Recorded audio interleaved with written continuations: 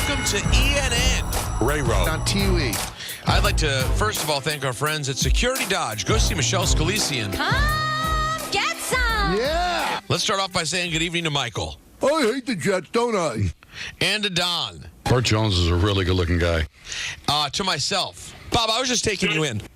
And to myself. So he wants to listen to the first hour before he gets on so he can get on and bob it up. And lastly, to Bob Wischusen. Michael, for the first hour and 15 minutes of the show, where the hell was Peter? I give credit where credit is due. That's good stuff from Bob.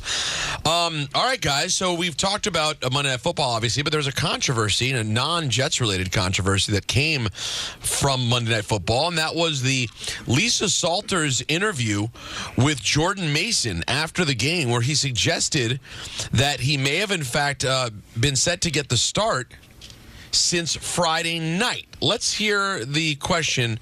This is after the game on ESPN. When did you find out that you were going to be starting? When did I find out?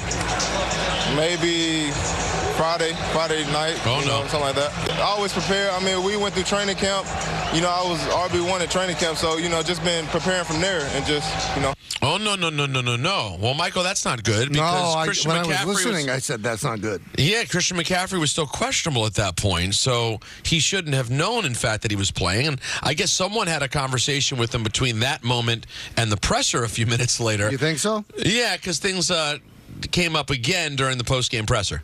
When did you find out that you'd be in the starting lineup? that question right there is why I'm at. That's why I don't like really talking to media, because you say one thing wrong, and then, I don't know. Just skip that question. That is the not media. his fault. It's always the media. But that's it's not the his... filthy, disgusting media that you gave a stupid answer. Well, wait a minute. Can't both be true. All right. I defend the media, and the media didn't do anything wrong here. And players don't want to talk to the media. But the 49ers just that's their fault. You're talking to a kid about the fact that he's going to be playing in a game in which the guy he's replacing is only listed as questionable. Then you coach him up and tell him, listen, if anybody asks, you found out game day. Like that, right? I mean, the player's not supposed to know all the rules and everything. He was answering the question honestly. It was an honest question. It was an honest answer. It's the 49ers that led the poor kid out there. Right, because Lisa Salters didn't mean anything. No, by it. It was curious. She thought he was going to say, I found out earlier today. Hour. Right, exactly. She was just going for the cute story, right? The feel-good story of he found out and then he went and then he played a great game. Then he answers it honestly because the 49ers didn't give a heads up to tell him, hey, we're not supposed to tell you this. So if anybody asks, you found out the day of the game. But so you want to blame the 49ers, right? Yes. So they don't coach him up. He goes out there, he says the wrong thing, and then blames the media for saying the wrong thing. And welcome to the United States of America in 2024. Well, blame the media? Well, he said he doesn't like talking to the media. They don't like talking to the media. Nobody coaches me up. I was looking for that. You found it before me. Right. Do you think any of these players want to talk to the media? No. Well, ones that are smart knows that it helps their brand and their future outside of the sport. But I do feel bad for the kid. He has a career game, gets asked a question, and now his organization's in trouble. Now, if he was told, if anybody asks you, you found out day of the game, and he screwed up and didn't remember, all right, that's on him. But I just have a feeling they just didn't think it was going to come up. It did, and then he looks like the bad guy. I think the 49ers are the bad guy, in my opinion. Aaron Rodgers, of course, completes his first game as a Jet, throws his first touchdown as a Jet in the loss, but he returned to Pat McAfee today. Had a lot to say and talked about how this Jets offense could be better. Yeah, we got to get the ball more to G. I don't know how many targets he finished with, but probably got up the number. We didn't have many plays last night. We had a 12-play touchdown drive. We had some 3-and-outs. We turned the ball over twice within the first 3 plays of a drive. And we put together one more decent drive to score. So it wasn't sustained drives. We were obviously weren't on the field a whole lot either. They, I think, scored on, a bunch of drives in a row. But that being said, the defense holding on to field goals, we got to get ourselves back in the game. And when we have a chance to make it a one-score game or to even it up, we got to do that. And we just didn't do it. So we all got to play a little bit better. But, I think it was a good test for us to see where we're at and that we're going to be a team that's going to ascend throughout the season. I'm not going to talk about Rodgers because I don't want to be the hater on the show. Well, I mean, you can't help it. You're part of the media. The media. The lying media. Like me and my friend Bobby, we were trying to straighten things out in this country, but apparently this country just isn't ready for change. That's the unfortunate part. I don't know if you guys know this, but there's actually a presidential debate tonight. I heard. Yes. And the election itself is coming up in November. I was doing some research. So, if you should do the research yourself, I'll do the research. I love Bobby. And unfortunately, guys, Bobby's not going to be in it. I don't know if you know that. He dropped out. You still write him in, though, right? I'll write him in, sure. He's on some ballots. He's on some ballots, that's right. So I'm gonna move to a state where I can vote for my guy Bobby. That's how I feel. Hey, guys. Jason Dominguez got a little hit last night in the Yankees 10-4 win. Let's hear from the Martian. I was a little nervous when I get to the field, but as soon as I start playing and go away. How did you feel in the batter's box tonight? I feel good. I feel pretty good. I missed a couple pitches, but I feel pretty good. Now, you missed it, Peter, because you had an appointment, but it's back.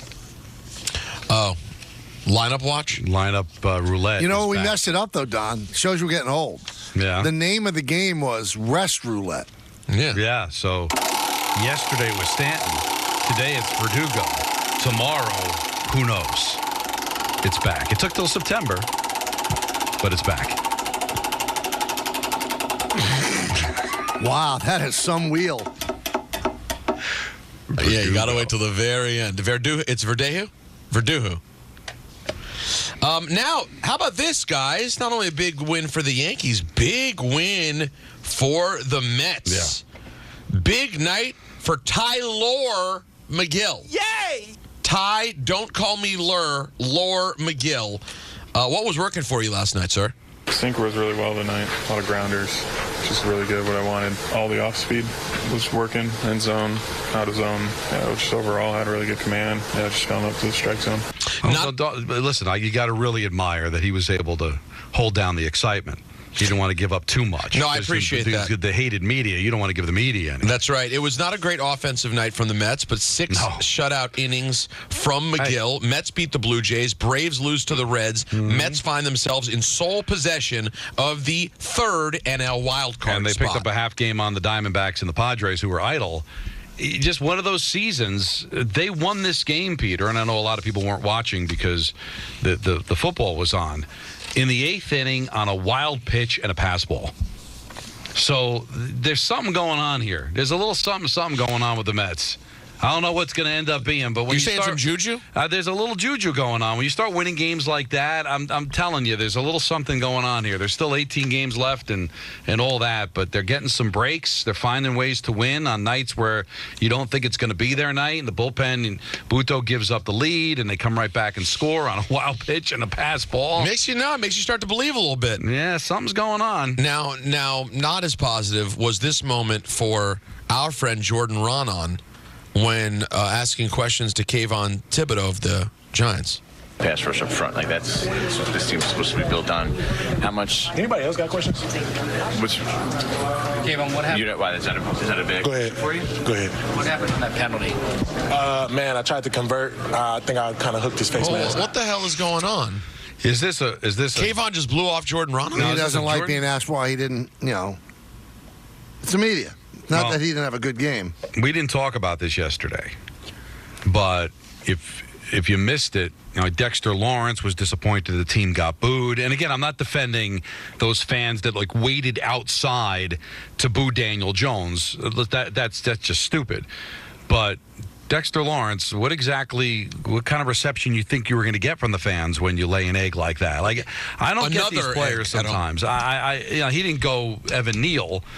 That was scorched earth, but really, and is it that? And listen, we know that Thibodeau can be a little rough. We've talked about it, Peter, from that our meeting with him in training camp a couple of years ago. I like him, but What? So there's a question that skews negative, and now you don't have to answer it, and Jordan's a bad guy. By the way, Jordan like replace his recorder and his pen with a red and blue pom poms and wave them in the locker room? Like, what exactly do you expect the media to do? But the defense got knocked around by the Minnesota Vikings, by Sam Darnold. I don't know what you expected. Here's the Dexter Lawrence comments on fans. Could I hear the fans? Yeah, I mean, they however many fans there are. Yeah, booing at home. Yeah, booing your team. Could I hear them? Yeah. Can you get another question, please? Do you pay? What do you make of that? What do you make of the boys? I mean, I don't respect it, honestly. I get it. They want to see their team win. It's just a rough patch. I mean, it just is what it is. It's a rough patch. It has been I still don't like what he said. 10-year patch. But the stuff that went viral was the last part. I would like to know who asked the question. I mean, come on. Really, it's a football game. A lot of bad things happened. A lot of things that you can ask X's and O's. If the fans... Come on. If you got nothing, don't ask a question. There's been plenty of times I've been in a locker room, in the scrum, Michael. And you got nothing. And I didn't ask a question, because I didn't have one. That to me felt like, well, I got to ask a question. I'm here. I have to ask a question so I can tell everybody that I had a chance to talk to Dexter Lawrence after the game. I can tell my grandchildren, I talked to Dexter Lawrence after the game. But unfortunately, I'm not good at what I do. So I had to ask a question. So what I did is I thought back in my mind and I said, I'll ask about the fans booing. That's a good question, isn't it? No, it's a stupid question. All right? What do you expect the guy to say? Oh, I loved it. I rubbed it on myself. I swear to God, I'm not going to say it. Because there's a lot of guys that I respect. But I got to tell you, I've been covering football for over 20 years. I covered the Jets for 16. I covered the Giants before it. There's a lot of people that are good at what they do, and there's a lot of guys that are bad. There's a lot of people that cover football that have no idea what they're doing. None. Come up with a better... What do you think the fans... Come on, dude. I don't know. What is TMZ showing up to games now? You can't ask a question about football?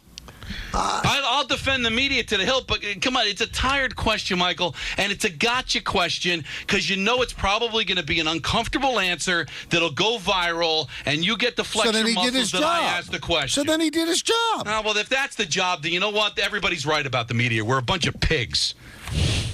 You think it's unfair? That crowd was booing 3 plays into the game, Don. It's a lazy You think it's unfair question? It's a lazy question. You're wrong. Well, they were booing 3 plays into the game. All right, you can disagree. You're wrong. All right, don't talk to me like that, Michael, okay? Listen, I disagree with you. Let me articulate it better. I disagree with your premise. But don't say the guy, I'm wrong. The guy 3 plays in, they were booing, and you're not supposed to ask about it? I'm entitled to my opinion, okay? I'm a little tired of being told you're wrong. All right, your opinion is wrong. Well, that'll do it for ENN. A very spirited end there to ENN. Brought to you by our friends over at Security Dot. Shop 24/7 at securitydot.com during their Ram Power Days event.